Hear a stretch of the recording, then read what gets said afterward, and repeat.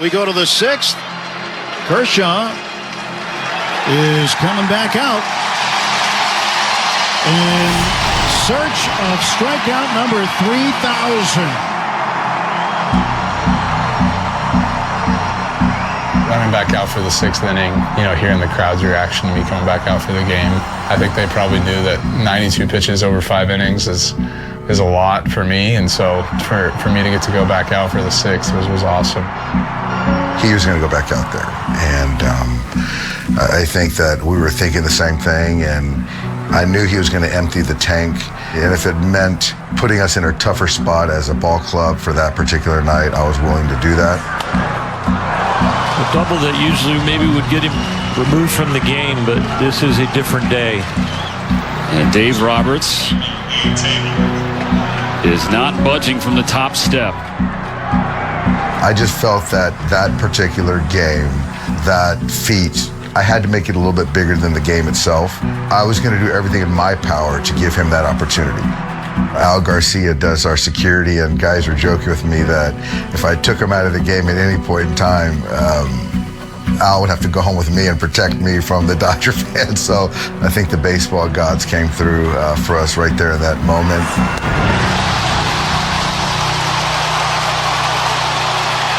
1-2. The ravine rises, ready to erupt.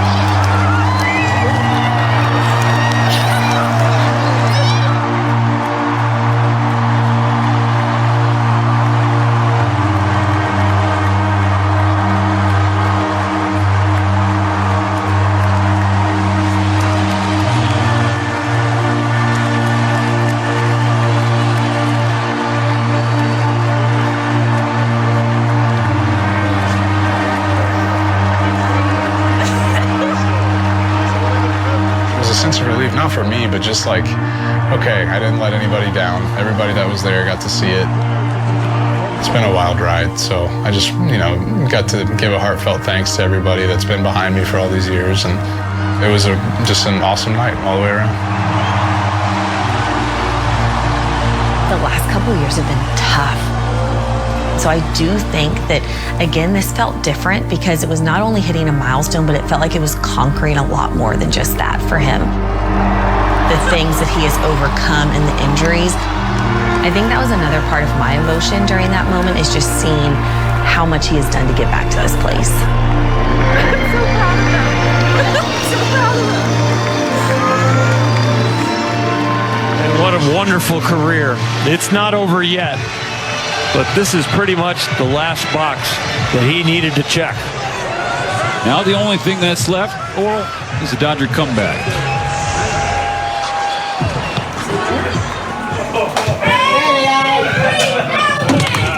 Hey, boy. Hey. We did it, dude. Did it take long enough? Oh my gosh. Oh. Thank you. Hey, that was so awesome. Oh, yeah. That was incredible. Thank you. Oh my gosh, like you just had to Didn't wait till last minute, huh? bring it out. Yeah. Were you guys stressed out at all? Holy mackerel, we were so excited and stressed. You just see this like relaxed version of Clayton. Like I think he literally left everything he had out on the mound. Energy, adrenaline, like he was tired after that. And so there was just this sense of relief, like a burden has been lifted, the milestone has been met. And I think he just really got to sit back and like enjoy it with the five of us. That was a really like sacred, special moment we got to have. 3K! Awesome. Oh my gosh. None of us thought it was going to get that intense. Like people kept saying that like it'll just be like kind of a 1, 2, 3 thing. And oh my gosh. Crazy. I mean, it literally last pitch. Yeah. Last pitch. That was perfect. I know, babe. That was so perfect. So good. That was so good. Are you tight, baby? Yes, I am. This is about me right now. This ninth inning rally is not over yet. Do not blink on the first pitch. 2 on, 2 out, tied at 4. Wilson's first pitch. Freeman does jump on it, ropes it to right field. It's down. Here comes Ohtani. He's coming home. Where are we going? We're going home.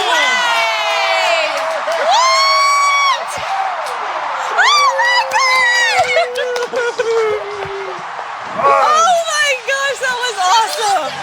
Clayton Kershaw gets his 3,000th strikeout, and then the teammate who was most in his ear every single start. You're getting closer. You're this many away. It was Freddie Freeman, and he walks it off in the bottom of the ninth. Hayes, hand out the champagne. Let's go. Hand out the champagne. To Clayton, man, we're just all happy to be a part of this special moment for you, to celebrate it with the boys.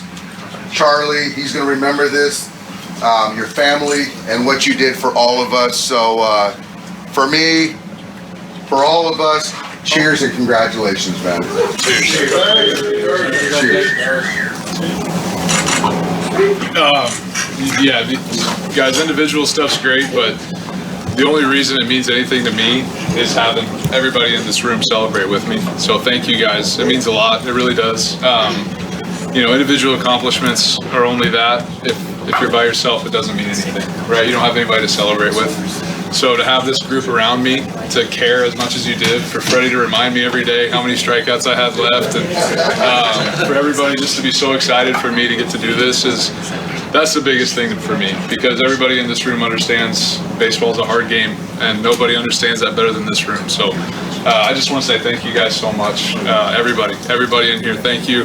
It's been a fun ride, and let's keep it going. Cheers. So let's see now what young Clayton Kershaw will do. And the 1-2 pitch, Kershaw's fastball got him swinging. Oh my gosh, that's awesome. I'm so nervous. There we go.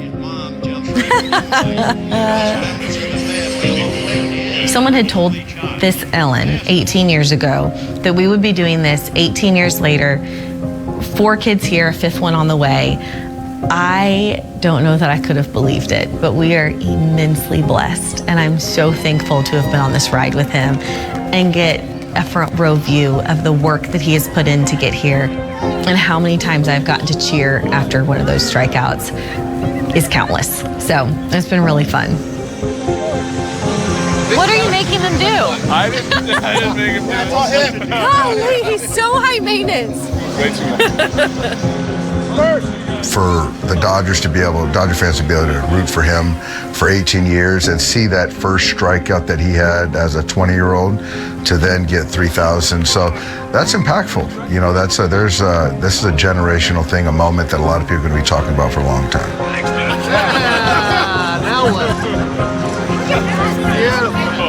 I think it means that I have a lot of people around me that I'm thankful for. I think that's what it means to me.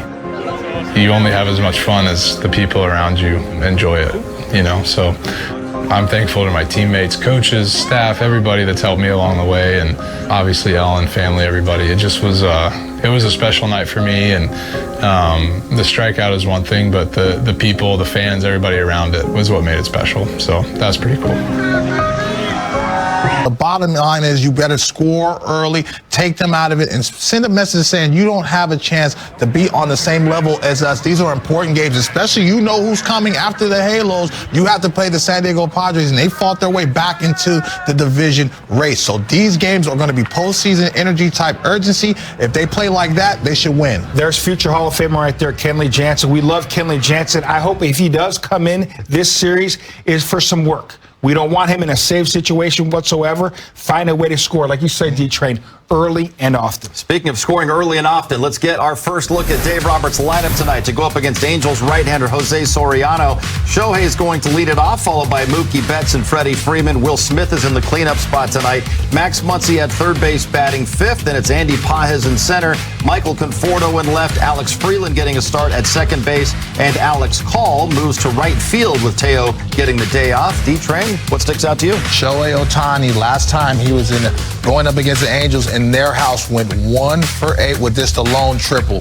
He's knocking the cover off the ball. He needs to be the tone setter and send a message. Hey, remind you that I won a couple of MVPs in this house. And, I'm looking at the bottom of the order. Obviously, Freddie Freeman is having an incredible month so far. But the bottom of the order, we talk about the top of the order, setting the tone. We want that to happen. But opportunity, Michael Conforto, Alex Freeland, Alex Call. You boys do your thing. You're on base a lot tonight for those big boys. All right, and when the Dodgers were swept by the Angels back in May, they gave up 8 first-inning runs over the 3 games. They were always trailing when they came to bat for the first time in those games. At least the Dodgers do get to bat first over these next 3 nights. Kirsten Watson is in Anaheim right now. She joins us live with more on this Freeway Series. Hi, Kirsten. Hi, John. Yeah, you just hit on it. When the Angels came to Dodger Stadium, they left that stadium with the series sweep. And, of course, the Dodgers are coming off of facing the Blue Jays, in which they picked up the series win. But how they lost yesterday was definitely a frustrating one. Dave Roberts today, though, he was asked just if coming into facing the Angels for this 3-game series, if that sweep back in May is still top of mind. No, I don't think it's not, certainly not lost on us. I don't think that's the driving force on why we want to win tonight and win the series. And but yeah, I mean, it's certainly a note that they definitely got the best of us, and to play better against these guys. Have you felt like effects just like team-wide of like you guys in the last year and a half have gone to Asia twice, like had last year's run, all the Ohtani stuff? Like, have you felt a little bit of just the accumulation of all you guys have done over the last year and a half pile up a little? I think when you look at it kind of, overall, it's certainly, I guess, can be daunting, and what we've overcome and what we still have to kind of accomplish. So I just hope that, our guys do try to just focus on the day at hand, because if you don't, it gets overwhelming, because it's a lot to take on that we have in the last year and a half, When it comes to playing the first game of the regular season overseas, which the Dodgers have done the last 2 years, Korea or in Tokyo like this year in Japan, and then, of course, playing the final game of the season in the World Series, obviously it's a long year, a short off season, but with talking to the guys, they have felt that most of that kind of, whether it's impact of just the length of the season, things like that, or the early start, they felt it more in the beginning of the year, in that April and May, in which there were some frustrations, especially for some guys in the bullpen, in which they would feel like because their body feels like they should be further along in the season, and they've played so many games and starting earlier spring training, but that just wasn't the case. It was kind of like waiting for your mind to catch up with your body. But now on the back end right now, they do feel good. Now it's just about locking in, preparing for what's to come in September and October. So the focus really is just a day-to-day mindset, but guys do feel really good, and they recognize that the best is still to come for them. They're not playing their best baseball right now, and they know that they need to get to it here soon, guys. And the fact they're feeling good right now is a positive sign, because these are the dog days of August. Kirsten, thank you very much. Shohei Ohtani always seems to be part of our pregame conversation, but especially when he's facing the team where it all began for him. He's only played in a small handful of games against the Angels since he signed with the Dodgers. Dontrell spent 6 years in Anaheim, never made the playoffs, and now he really seems to enjoy going up against his former team. Well, what you saw on the big stage in the World Baseball Classic, he relishes and he loves being in the big stage, and he plays to the big stage. But going back with that ballpark, is comfortable hitting there, and hopefully he goes off in this series. But I agree with Dontrell on Shohei. 2-strike approach is huge, especially when you're at the top of the order. Little Easter, we saw that last year in his MVP season. Yes, he hit the long ball, 50-50, but with 2 strikes, he would go the other way. He was short up. Hopefully, as the season is starting to unwind now, heading into the postseason, he shortens up with 2 strikes and put that ball in play. All right, meantime, Shohei is going to take the mound in Wednesday's series finale. The first time he's faced the Angels as a pitcher in his 8 starts this year. Jerry, he's posted a 2.37 ERA. We know he won the MVP last year only as a hitter, but him as a pitcher now, that's going to be huge for the Dodgers if they want to win back-to-back World Series. He's a difference maker on the mound. We just addressed just him being a hitter and being a leadoff hitter, getting on base, being at the top of the order. He's a difference maker. But watching him pitch, I saw him pitch when he was at Anaheim, and now seeing him as a Dodger, he's a better pitcher. He's got more tools in his toolbox. Love the slider, and I love that now he has that windup. When he was with the Angels, he was out of the stretch. Now he's helping the shoulder and arm, being in that windup, and he's still running that fastball around 100 miles an hour. But more importantly, he's hitting his spots, and he's got pretty good control for missing so much time. You know what's impressed me, Jay Hare, is the velocity, especially having your second Tommy John, and all of a sudden you're touching 100 in San Francisco in the third and fourth inning. And so it's starting to turn into scary hours. By the time the season ends, he'll be around 60 innings pitched. Hopefully, if he stays healthy, knock on wood. But I love the way that he's shaping the breaking ball. The short little cutter, the big time slider, and he's pitching with emotion. We've seen a couple fist pumps the last couple times he's been out there. You start getting him into the fifth, hopefully the sixth inning. If he's able to stay efficient, he's going to start one of those postseason games. And so, listen, he's going to scary hours as far as what he possesses and the talent of not only hitting the cover off the ball, but being a starting pitcher that can go up there and get the Tyler Glasnow swing and miss. And so I'm super excited for him. He's pushing this. The first time I saw him in New York and had that little sim game, even Kike said, Train, he's something special. And so you're seeing that right now, and I think he's in a good mindset and good routine to continue that. He's starting to add that two-seamer. I saw that pitch. Wow. Once he gets that under control, but again, for those non-baseball fans, he's Patrick Mahomes and Micah Parsons in one. Leadoff LA rolls on after the break. Chris Taylor checking in with his former skipper Dave Roberts. CT3 is out of action right now for the Angels, on the injured list with a fractured left hand. We wish him a speedy recovery. Plus, the Dodgers may have won the series against the Blue Jays, but a tough loss yesterday left a bad taste in their mouth. We'll revisit some of Dave Roberts' post-game comments next. Time to call your shot, brought to you by Southern California Toyota. Jerry, happy to have you back from vacation. Your welcome back gift is that you get to go first tonight and call your shot. I love that, John. You know what? I'm going with the former Halo.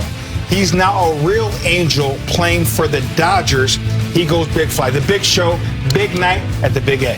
Freddie Freeman hit close to 400 over his last 2 weeks. I'm going with Fat Five Freddie. He's going to get his foot down from Soriano. Little hanging cement mixer, hit one to the people. Look, you guys taking guys that hit homers yesterday. Low-hanging fruit right there. I called Shohei, but I didn't want to double up with Shohei yesterday. I want to get I'm going to take a left-handed hitter as well, a guy that's got some pop in his bat.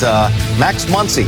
Been swinging the bat really well since coming back from missing a month with that knee bone bruise. Max Muncy's going to have a huge night tonight. He's red hot, too. So he can pick Max. But he did homer yesterday. Ball, 2 strikes on Ohtani. Bases empty, 1 out.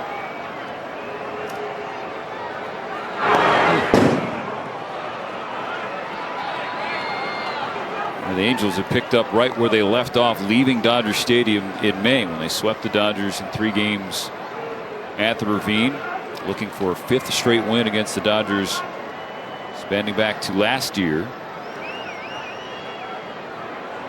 2-2. No, the difference in this game as compared to those other ones, just Dodgers were never even in this thing. I mean, at least it didn't feel like No, it has not felt like that at all. Full count for Shohei.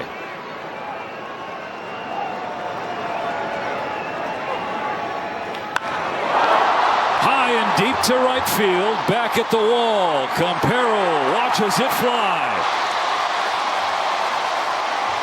Shohei Ohtani's 100th career home run in the Big A. His 42nd of the season. He has gone deep in 3 straight games, and that spoils the shutout bid for the Angels. The Dodgers now within 6.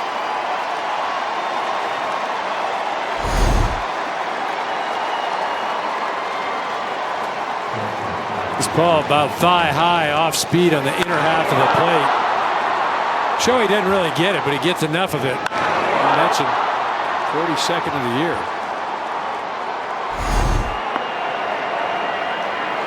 Ball 1 to Mookie Betts.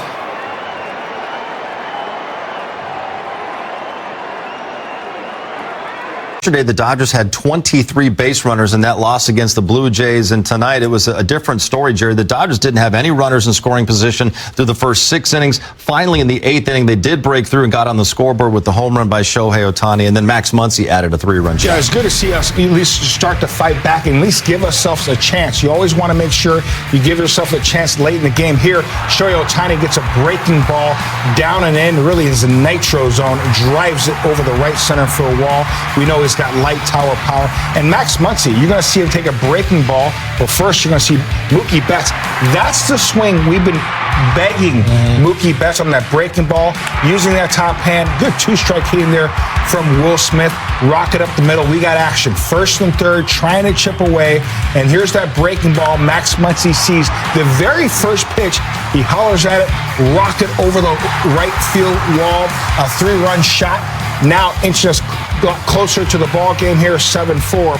But I like the fight with the Dodger offense. I wish we could see that fight early in the ball game, get a lead, allow our pitching staff to pitch with a lead. But hopefully that momentum carries over to tomorrow night. Well, it all falls on the starting pitcher, though. And so Yamamoto being able to struggle like that, it seems like, if you're an offensive player, your first at-bat's at 6:30, your second at-bat's at 7:30, 8:30. So it kind of took the flow of the offense out. And that's what happens when you throw a lot of pitches. So the starters have to be efficient. Even if you give up a couple runs, you can't leave your defense behind you out there, Jerry. You've been in some hot summer days where you're trying to get back in the dugout to be impactful offensively. So that all starts and ends with the rotation, and it was one of those clunkers today. And so, Yamamoto, he always seems to be able to bounce back when he has a tough start, so I'm not worried about him. But we really needed him to be good today, especially the way they lost yesterday, to really kind of flip the script and reset the tone. All right, Dodgers fall 7-4. The Freeway Series continues tomorrow. 2 more 6:30 start times at the Big A. Emmett Sheehan will pitch tomorrow night, and then Shohei closes out the series on the mound Wednesday. A day off Thursday before a huge NL West showdown at the Ravine against the Padres, and then next Monday, it's the first of 4 in Colorado. All of these games right here on Sportsnet LA. Dave, well, first just with Yoshinobu, what were you seeing from him today? He said he just kind of felt like it was hard for him to get in sync, and just the stuff wasn't really there for him.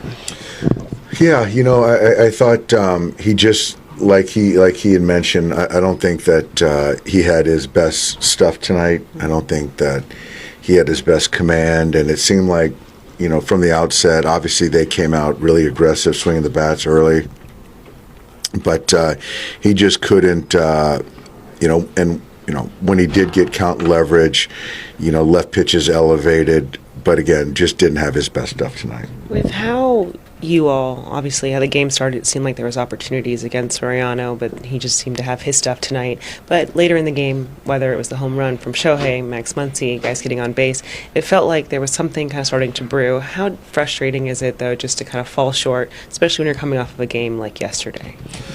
Well, I thought yesterday we had some good things happen, as far as team offense, and tonight we just didn't have any answers for Soriano. Obviously, it's a guy that puts the ball on the ground. I don't think we got a guy to second base until he was out of the game, so we really didn't threaten. And built an inning against Garcia. Obviously, they got it with the double play, and so then they, bring in a lower leverage guy, and then it was good to see us, put an inning together, Muncy's homer, Shohei's homer, and to get Kenley in the game. So that's a positive.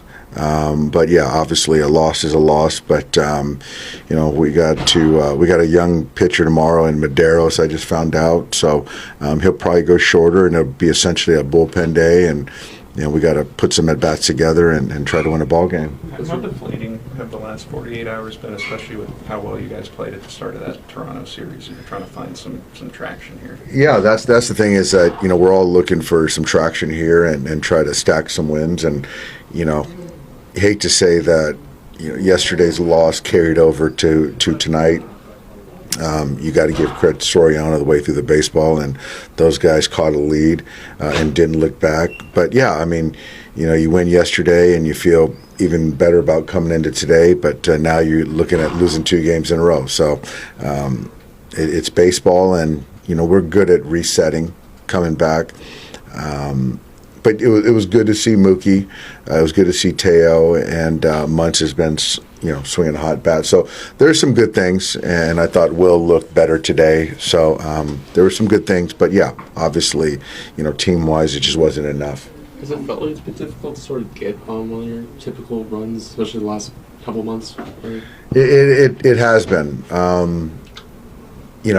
Outside of tonight, I think the last 7 to 10 days we've been getting really good starting pitching, and then to not build off that with the offense to kind of, like I said, stack wins. But tonight, Yoshi just wasn't sharp, and obviously our offense couldn't overcome the start tonight.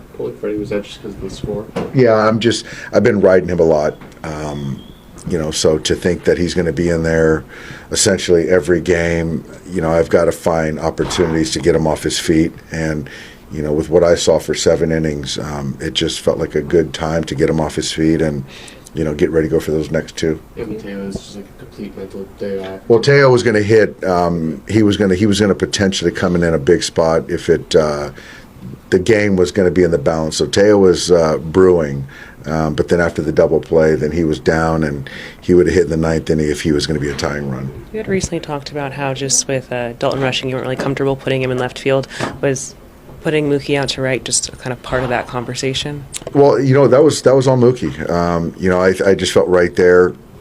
Getting within 3, I felt Rojas had a better chance to get on base than Dean did, and so with that, you had to give up some defense, and Mookie volunteered to kick out to right field, which was just being a good teammate. Does it feel like it's kind of getting to the point of the year where you guys need to get going on like one of your runs again, or are you guys kind of feeling that urgency, especially with how long this rut has kind of gone on now, going back to the start of July? Yeah, I do. There definitely has to be some urgency, and obviously I don't think anyone's blind to the fact that the standings are the standings, and so it's gotten a lot more interesting. So we got to go out there and play good baseball, but I definitely feel that our guys are starting to feel that urgency, and it's been long enough of middling baseball as far as overall team wins and losses. Do you almost need the urgency of the divisional lead being down to 1 game to, almost wake you up and kind of get things going in the right direction? Whether you like it or not, it is what it is, right? I wouldn't say wake up. I mean, it's not from lack of care or work. It's just not getting the job done in whatever fashion, whether it's starting pitching, whether it's situational hitting, whether it's base running or anything. It's just baseball, and I think that it's ultimately everyone's trying, everyone wants to, but it's about getting it done, and we all have to get the job done. Yoshi, when you look at this game today, they were able to get to you early, the walks. What do you think was just kind of giving them the edge in this matchup with them today? 今日、この結果を見て、その序盤からちょっと、失点、あとフォアボールが多かったんですけど、その相手が有利になるような、原因を与えたっていうのはどこにあると思いますか？立ち上がりはいつも通り、もちろん意識して、入ったんですが、先頭から、ホームラン打たれて、そこからも、フォアボールを、出してしまって。回がこう追うにつれて、なんとかこうなんていうんだろうリズムをつかんで、行きたかったんですけど、そこもうまく乗り切れず、本当に実力不足だなと感じます。Because the first pitch home run, and then also after that I gave up another run, and then that kind of threw me off the rhythm. And then as the game went on, I was trying to make a few adjustments. But unfortunately, I didn't make that. Did you feel like you kind of in the middle of your outing, you felt like you were getting in sync, but then it was just that 5th inning that kind of got out of whack again? その5回がちょっと、大変なイニングになったんですけども、そこの前までっていうのはなんとかアジャストできていったにもかかわらず5回ちょっとまた崩れてしまったっていう。調子自体が、試合前からすごく悪かったわけでは、ないんですけど、うまくこう、いいテンポをつかめず、最後、リズムをつかみきる前に、ちょっと失点を重ねてしまったかなと、思います。As I was going as I was going into the game, my condition wasn't that bad. My stuff wasn't that bad, but unfortunately, because I started giving up runs before I found my rhythm.